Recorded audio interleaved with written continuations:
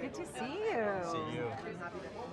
Amazing film. Oh, thank you. Really. Thank you. I'm glad you enjoyed it. Really loved it. Just where did this come from? Well, I told Knight, I mean, it's based on a kind of a graphic novel that he read, the idea of it, but I told him that this is one of the craziest, wackiest movies he's ever done. I think it's up there as far as the idea and, the premise.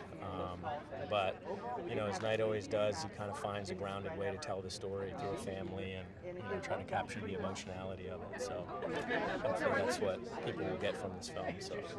What is it about Knight's films that, makes you want to see it with other people and experience it? Yeah, it's a really good question. I think the fact that he's telling stories about, in this particular movie, he's telling a story about a family. So, to be able to see how a family would react in a situation like this, I think, it's very common amongst a group, and everybody kind of finds a certain theme in this movie that they connect with.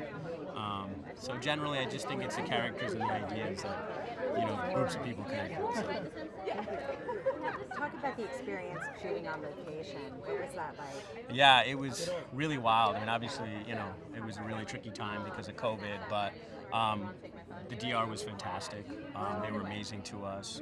And, we kind of created our own little bubble down there, our own little family. So it became a really kind of, cherished place. And we were doing it during a time where, again, the world was in such a uncertain place. So we were feeling grateful we were able to do this. And talk about the cast. You really brought together an international group. Yeah, I mean, you said it. It's a really international cast. I think the idea of the film, because it kind of takes place in this exotic location, was you'd have people from all over around the world, and so we really wanted to represent that in the cast. From all the actors from different parts of the world and different backgrounds and ethnicities. What is your personal favorite quality in Knight's films? That's a really good question. I think I would say the humanity.